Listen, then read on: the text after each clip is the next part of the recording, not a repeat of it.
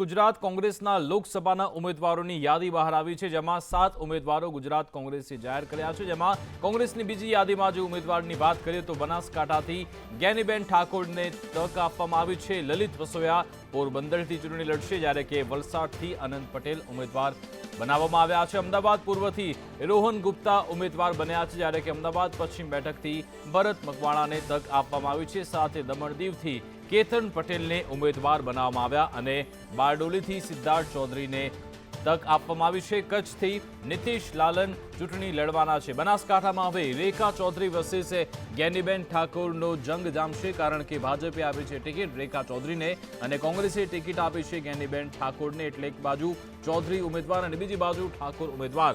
પોરબંદરની વાત કરીએ તો કેન્દ્રીય મંત્રી મનસુખ માંડવિયાને મેદાનમાં ઉતાર્યા છે, જ્યારે કે તેમની સામે પૂર્વ ધારાસભ્ય લલિત વસોયાને મેદાનમાં ઉતારવામાં આવ્યા છે। ગુજરાતના જે 7 ઉમેદવાર જાહેર થયા છે તેમાં 2 ધારાસભ્યોને તક આપવામાં આવી છે, જેમાં જ્ઞાનીબેન ઠાકોર અને અનંત પટેલ જે હાલ ધારાસભ્ય છે તેઓ હવે લોકસભા ચૂંટણી લડવાના છે। અમદાવાદ પશ્ચિમ બેઠક પર પણ હવે ચિત્ર સ્પષ્ટ થયું છે, જ્યાં ભાજપે પૂર્વ ડેપ્યુટી મેયર દિનેશ મકવાણાને મેદાનમાં ઉતાર્યા અને હવે કોંગ્રેસે ભરત મકવાણાને ટિકિટ આપી છે। એટલે કે આ બંને વચ્ચે જંગ જામવાનો છે। કચ્છની વાત કરીએ તો ઘણા સમયથી વિનોદ ચાવડા અહીંયા સાંસદ છે, ફરી એકવાર તેમને રિપીટ કરવામાં આવ્યા છે અને હવે કચ્છમાં નીતિશ લાલનને ટિકિટ આપવામાં આવી છે, કે જે ગાંધીધામ યુથ કોંગ્રેસના પ્રમુખ છે નીતિશ લાલન, તેમને તક આપવામાં આવી છે।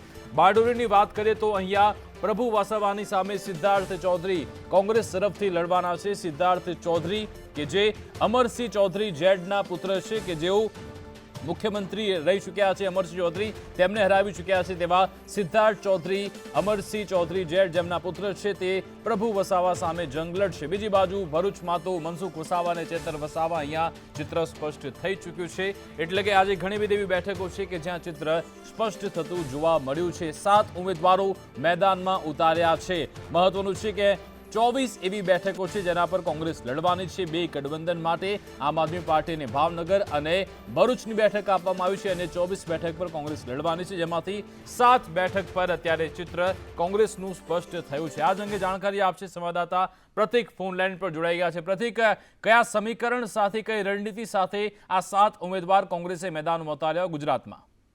વિકાસ, કુલ 43 ઉમેદવારોની યાદી આ જાહેર કરવામાં આવી છે અને કોંગ્રેસની આ બીજી યાદી છે। બીજી યાદીની અંદર ગુજરાત કોંગ્રેસના 7 ઉમેદવારોની જાહેરાત કરવામાં આવી છે અને 7 ઉમેદવારોમાંથી જો વાત કરવામાં આવે તો 7માંથી 4 ઉમેદવાર એવા છે કે જે યુથ કોંગ્રેસ કેડરના છે અને તેમાંથી પણ 2 ઉમેદવાર એવા છે કે જે હાલ યુથ કોંગ્રેસમાં હોદ્દો ધરાઈ રહ્યો છે। એટલે સ્પષ્ટ કહી શકાય કે જૂના જોગીઓને ટિકિટ આપવામાં આવી છે અને જે નક્કર કામગીરી કરી રહ્યા છે તેવા ઉમેદવારોને ટિકિટ આપવામાં આવી રહી છે। સિદ્ધાર્થ ચૌધરીની જો વાત કરવામાં આવે તો સિદ્ધાર્થ ચૌધરી હાલ તાપી જિલ્લા પંચાયતમાં સભ્ય છે અને તે સ્વર્ગીય અમરસિંહ ચૌધરીના પુત્ર છે। એટલે કહી શકાય કે તે તેમના વિસ્તારમાં ખૂબ જ સારી છાપ ધરાઈ રહ્યા છે। સાથે જ જો કચ્છના ઉમેદવારની વાત કરવામાં આવે તો નીતિશ લાલન કે જે કચ્છ યુથ કોંગ્રેસના પ્રમુખ છે અને ખૂબ સારી કામગીરી કચ્છમાં કરી। બિલકુલ, આપને અટકાવવા માંગીશ। લાડાણીને ભારતીય જનતા પાર્ટી ત્યાં લઈ ગઈ છે એ હારની બીકે કે આ લોકો અમારી સાથે આવશે અને અમે ચૂંટણી જીતશું એ અપેક્ષા એ લઈ ગઈ છે, પરંતુ એ અપેક્ષામાં એ સફળ નહીં થાય। 2019માં પણ લલિતભાઈ ચૂંટણી લડ્યા હતા પણ હાર્યા હતા। શું આ વખતે સ્ટ્રેટેજી અને શું ખામીઓ રહી ગઈ હતી, તો શું ફેરફાર થશે? 2019માં હું સૌરાષ્ટ્રમાં સૌથી ઓછા મતે હાર્યો હતો। ચૂંટણીના પરિણામ પછી અમે જે વિશ્લેષણ કર્યું અને અમારી ઘણી બધી ખામીઓ ત્યારે રહી ગઈ હતી, એ ખામીઓને સુધારીને નવા ક્લેવર સાથે, નવા ઉમંગ સાથે અમે ફરીથી ચૂંટણી મેદાનમાં આવ્યા છીએ અને ચૂંટણી જીતશું। અર્જુન મોઢવાડિયા જે છે તે કોંગ્રેસના દિગ્ગજ નેતા હતા, હવે ભાજપની અંદર છે, કેટલી અસર થશે? કારણ કે પોરબંદરમાં તેઓ હવે તમારી સાથે નહીં, 2019માં તેઓ સાથે હતા। 2019માં મારી સાથે હતા એટલે 53,500 મતની મને ત્યાંથી નુકસાની ગઈ હતી। મારા માટે તો ફાયદાની વાત એ છે કે હવે સ્થાનિક ધારાસભાની ચૂંટણી પણ આવવાની છે। સ્થાનિક ભારતીય જનતા પાર્ટીમાંથી અર્જુનભાઈ લડશે અને એની સામે મારો દિગ્ગજ ધારાસભાનો ઉમેદવાર હશે અને એ પણ તાકાતથી લડશે। એની તાકાત અને મારી તાકાત બંને સાથે ભેગી કરીશું તો હું માનું છું કે પોરબંદરમાં અર્જુનભાઈના જવાથી મને ઉલટાનો ફાયદો થશે। લલિતભાઈ, છેલ્લો સવાલ તો કોંગ્રેસે તો પોતાની બીજી યાદી જાહેર કરી છે. હવે ભાજપ પણ પોતાના ઉમેદવારોની બીજી યાદી આજે જાહેર કરી શકે છે. જી હા, સીઈસીની બેઠકમાં ઉમેદવારોના નામ પર ગઈકાલે મંથન કરવામાં આવ્યું હતું, ચર્ચા થઈ હતી, જેમાં હવે જાણકારી એ છે કે 150 બેઠકોના ઉમેદવારના નામ પર ચર્ચા કરવામાં આવી. સાથે ગુજરાતની જે 11 બાકી બેઠકો છે તેના ઉમેદવારોના નામ પર પણ ચર્ચા થઈ હતી, કારણ કે ગઈકાલે મુખ્યમંત્રી ભૂપેન્દ્ર પટેલ પણ દિલ્હીમાં હતા. તેમણે પણ જે બપોરે પાર્લામેન્ટરી બોર્ડની બેઠક મળી હતી તેમાં ભાગ લીધો હતો. ત્યારબાદ સીઈસીની બેઠક મળી, તેમાં પણ ગુજરાતની 11 બેઠકોના ઉમેદવારોના નામ પર ચર્ચા થઈ હતી. અગાઉ જે પહેલી યાદી જાહેર થઈ હતી તેમાં 15 બેઠકોના ઉમેદવાર જાહેર થયા હતા, અને હવે જે બાકી 11 બેઠકો છે તેના ઉમેદવારના નામ પણ આજ મોડી રાત સુધીમાં જાહેર થાય તેવી પૂરેપૂરી શક્યતા છે.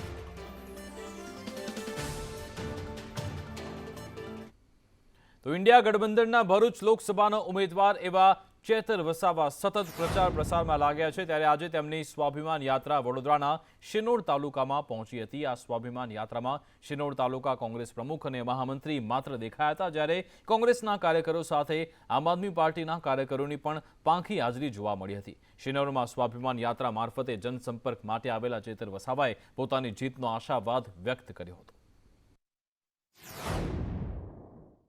ગામોમાં ગામના વડીલો, માતા બહેનો, યુવાનો દ્વારા અમને આશીર્વાદ આપવામાં આવે છે, અમને આવકારવામાં આવે છે, અને અમે જેટલા પણ વિસ્તારોમાં ફર્યા છે, આજે અમારા 20 દિવસ જેવા થાય છે, ત્યારે ઘણી સમસ્યાઓ છે, ઘણા પ્રશ્નો છે.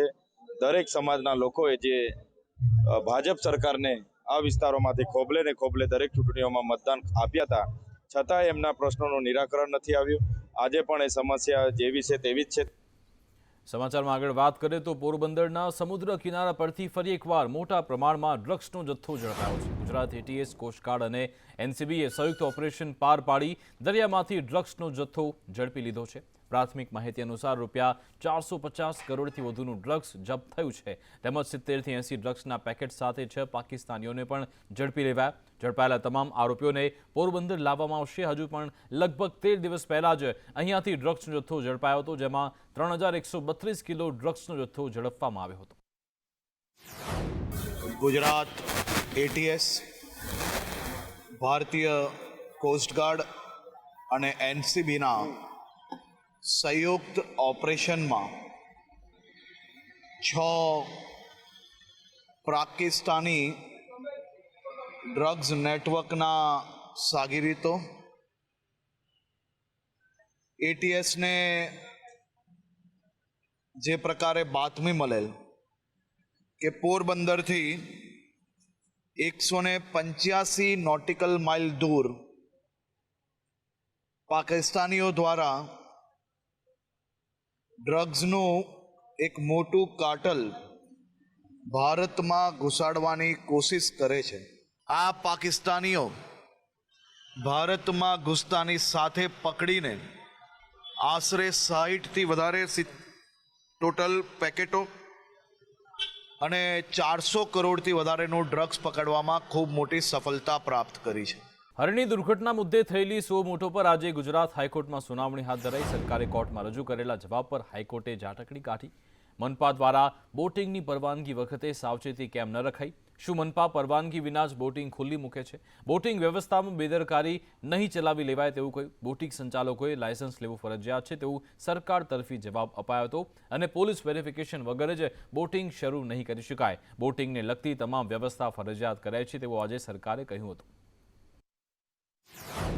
જ્યાં સુધી સવાલ છે વડોદરા મ્યુનિસિપલ કોર્પોરેશનના કર્મચારીઓનો, તો કોની પરવાનગી હેઠળ એનઓસી ઇસ્યુ કરવામાં આવ્યા હતા? કોની જવાબદારી હતી કે કોની એવી જિમ્મેદારી હતી જે વ્યક્તિએ સ્થળ પર જઈને તમામ વસ્તુઓ ચકાસવાની હતી ને જે ચકાસવામાં આવી નથી? શું સ્કૂલની એ જવાબદારી હતી નહીં કે જે સ્થળે નાના બાળકોને પિકનિક લઈ જવામાં આવી રહ્યા છે તે સ્થળે પહેલા એક પ્રાથમિક ચકાસણી કરીને તમામ વસ્તુઓની તકેદારી રાખીને એ પિકનિક ઓર્ગેનાઇઝ કરવામાં આવે? અને નામદાર ગુજરાત હાઈકોર્ટે તેવી પરમિશન આપી છે કે તમારા એટલે કે પીડિત પરિવારના જેટલા પણ ક્લેમ્સ છે તમે નામદાર ગુજરાત હાઈકોર્ટ સમક્ષ કરી શકો છો, અને પીડિત પરિવારોની જે સીએ છે પાર્ટી ઇમ્પ્લિમેન્ટની તેને અલાઉ કરવામાં આવે છે. કેમ ચાર્જશીટ ફટાફટ થઈ અને આમાં થયેલી ક્ષતિઓ બાબતે કોર્ટ કેસ ઝડપથી ચાલે તેવો ઉલ્લેખ થતો નથી? કેમ લાંબી મુદત પડે છે? આ પ્રશ્નો હજી એનો જવાબ દેખાતો નથી.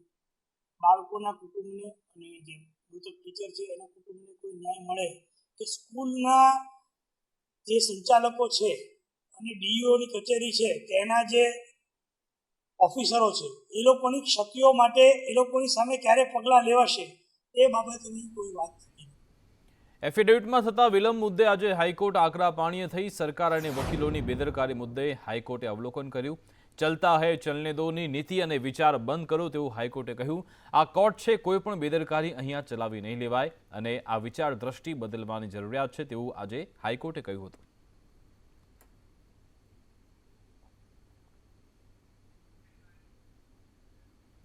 વીજ ગ્રાહકોના હિતમાં સરકારે મહત્વનો નિર્ણય કર્યો છે. ફ્યુઅલ સરચાર્જમાં 50 પૈસાનો ઘટાડો કરાયો. જાન્યુઆરીથી માર્ચ સુધીના સરચાર્જમાં ઘટાડો કરાયો છે. સરચાર્જ 3.35થી ઘટાડી 2.85 પ્રતિ યુનિટ કરાયો છે. રાજ્યના 1.70 કરોડ ગ્રાહકોને તેનો લાભ મળશે. ગ્રાહકોને 1340 કરોડની બચત થશે.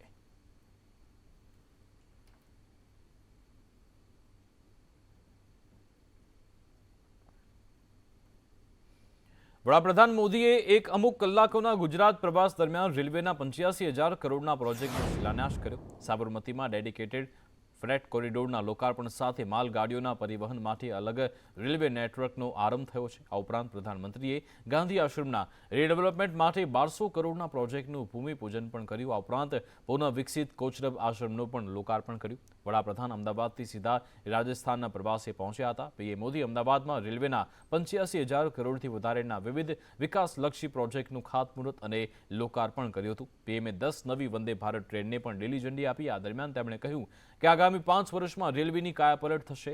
સરકાર વંદે ભારત ટ્રેનના રૂટને લંબાવી રહી છે.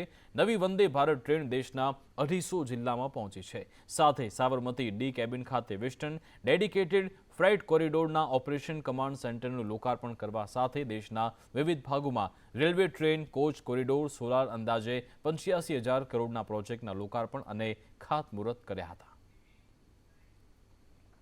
પીએમ મોદી આજે ગુજરાતની મુલાકાત કરશે. દરમિયાન પીએમ મોદી ગાંધી આશ્રમ પહોંચ્યા હતા. અહીંયા વડાપ્રધાને ગાંધી પ્રતિમાને પુષ્પાંજલિ અર્પણ કરી હતી અને ગાંધીજીની તસવીરને સૂતરની આંટી પહેરાવી. બાદમાં વડાપ્રધાને આશ્રમની નોંધ પોથીમાં નોંધ પણ લખી હતી. અમદાવાદથી પીએમ મોદીએ વિપક્ષો પર આકરા પ્રહારો કર્યા હતા. તેમણે કહ્યું કેટલાક લોકો આ કાર્યક્રમને ચૂંટણી સાથે જોડે છે. અમે સરકાર બનાવવા માટે કામ નથી કરતા. से देखने की कोशिश करते हैं. हमारे लिए ये विकास कार्य सरकार बनाने के लिए नहीं, ये विकास कार्य सिर्फ और सिर्फ देश बनाने का मिशन है. કેન્દ્રીય રેલ મંત્રી અશ્વિની વૈષ્ણવ સાથે સંદેશ ન્યૂઝે ખાસ વાતચીત કરી. દેશનું world class operation control centre અહીંયા શરૂ થયું છે. 1506 કિલોમીટરનું રેલ નેટવર્ક અહીંયાથી ઓબ્ઝર્વ થશે. વડાપ્રધાનના હસ્તે આજે વિવિધ રેલવેના પ્રોજેક્ટ્સનું લોકાર્પણ કરવામાં આવ્યું છે. આપણી સાથે केंद्रीय रेल मंत्री છે अश्विनी वैष्णव, તેમની સાથે बातचीत करीશું. सर, आज मोदी जी ने बहुत सारे रेलवे के प्रोजेक्ट्स का लोकार्पण किया है, क्या कहेंगे कौन से नए दौर से अब रेल चल रहा है? देखिए, आप ये जो ऑपरेशन कंट्रोल सेंटर देख रहे हैं, ये operation control centre world class operation control centre है. एक इस ऑपरेशन कंट्रोल सेंटर में बैठ के 1506 किलोमीटर का पूरे रेलवे नेटवर्क का एक एक एलिमेंट कंट्रोल किया जाता है. यहाँ से विजिबल होता है कौन सी ट्रेन कहाँ पे चल रही है, कहाँ पे पॉइंट मशीन का ऑपरेशन करना है, कहाँ पे सिग्नल को करना है, कहाँ पे इलेक्ट्रिसिटी में कोई प्रॉब्लम है. हर चीज़ यहाँ से कंट्रोल में आ जाती है. सर, वंदे भारत ट्रेन को भी आज हरी झंडी दी गई है और साथ में पैसेंजर और गुड्स ट्रेन को कैसे मैनेज किया जाएगा, क्या कहेंगे इस बारे? आज 10 वंदे भारत ट्रेन देश भर में और नई चली है और वंदे भारत सर्विसेज का शतक बन गया है. अब पोरबंदर तक जाती थी, जो जामनगर तक जाती थी वंदे भारत, उसको द्वारका तक एक्सटेंड किया गया. સુરતમાં કુપોષિત બાળકોની સંખ્યામાં વધારો થઈ રહ્યો છે. સુરતમાં 68,845માંથી 1797 બાળકો કુપોષિત હોવાનું સામે આવ્યું.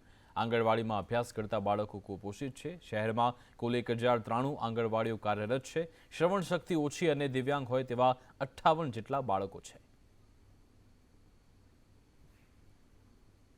વિરામ બાદ આપનું સ્વાગત છે. સમાચારમાં આગળ વાત કરીએ તો ગાંધીનગરમાં કેનાલમાં ડૂબી જવાથી એક યુવકનું મોત થયું.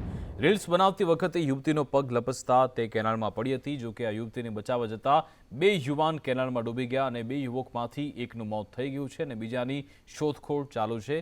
યુવતીને સહી સલામત બચાવી લેવાઈ હતી.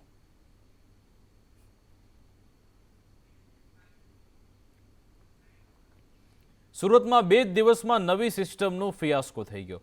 અહીંયા પેપરલેસ સિસ્ટમ અપનાવવામાં આવી હતી. જોકે આ જ સિસ્ટમ દર્દીઓ માટે માથાનો દુખાવો સાબિત થઈ છે. સ્મીમેર હોસ્પિટલમાં LED પણ બંધ થઈ ગયા છે અને અહીંયા રજિસ્ટ્રેશનમાં વિલંબ આવી રહ્યો છે. ઇન્ટર ડિપાર્ટમેન્ટ રેફરન્સની પણ ખામી સામે આવી છે.